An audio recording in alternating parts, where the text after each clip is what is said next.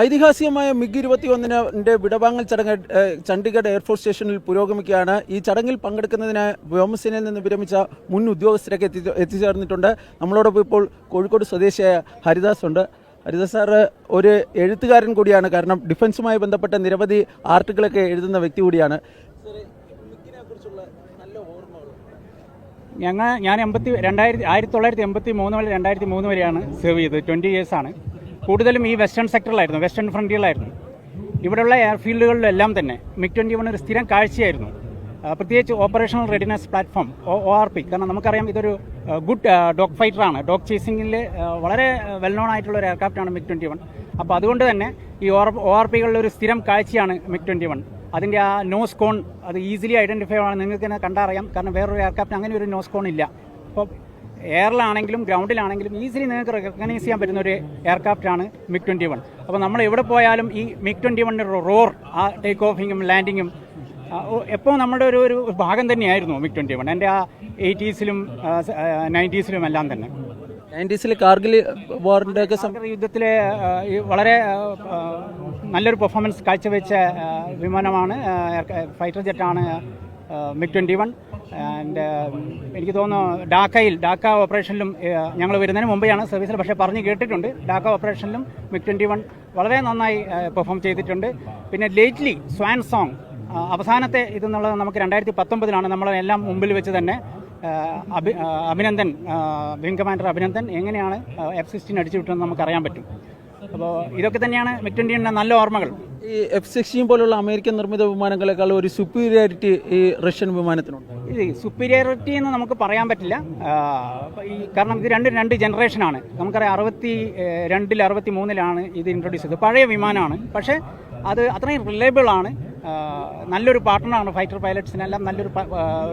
നല്ലൊരു ഗുഡ് പാർട്ട്ണറായിട്ട് ആണ് അത് ഉപയോഗിച്ചത്.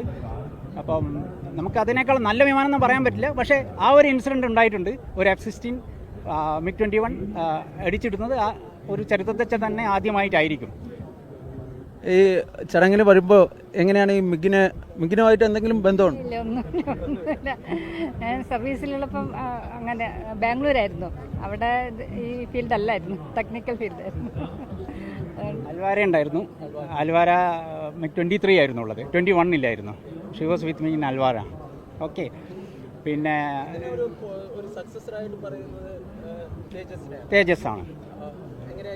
അത് തേജസ് നമുക്ക് അറിയാം, അതൊരു എന്താ പറയുക, ഒരു ജനറേഷൻ 4+.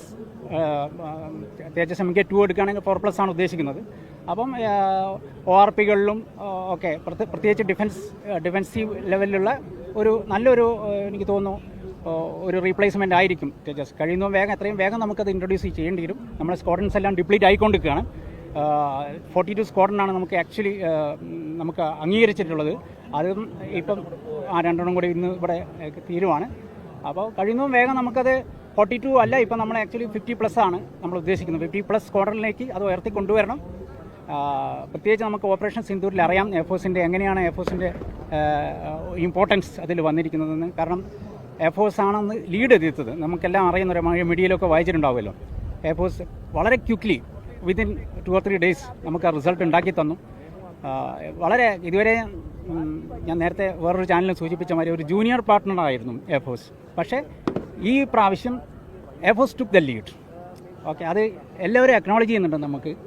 അപ്പോൾ അതിൻ്റെ ഒരു സെലിബ്രേഷൻ കൂടിയാണ് നിങ്ങളിവിടെ കാണുന്ന അറിയാം. എല്ലാവരും വളരെ വൈബ്രൻ്റ് ആണ്. റൈറ്ററും കൂടെ ആയതുകൊണ്ട് ചോദിക്കാൻ ഒരു ടെക്നിക്കാലിറ്റി, ഈ വാട്ടർ സല്യൂട്ട് എന്ന് പറയുന്ന അതിൻ്റെ ഒരു സിഗ്നിഫിക്കൻസ് എന്താ? വാട്ടർ സല്യൂട്ട് സാധാരണ ഒരു പുതിയ വിമാനം അല്ലെങ്കിൽ പുതിയ ഇതേമാതിരിയുള്ള കാര്യങ്ങൾ വരുമ്പോൾ അതിനെ ഒരു വെൽക്കം ചെയ്യാൻ വാട്ടർ സല്യൂട്ട് ഉപയോഗിക്കും. അതിനെ തന്നെ when we send off N aircraft, it's എന്താ പറയുക, ഒരു ജസ്റ്ററാണ് ആ വാട്ടർ സല്യൂട്ട്.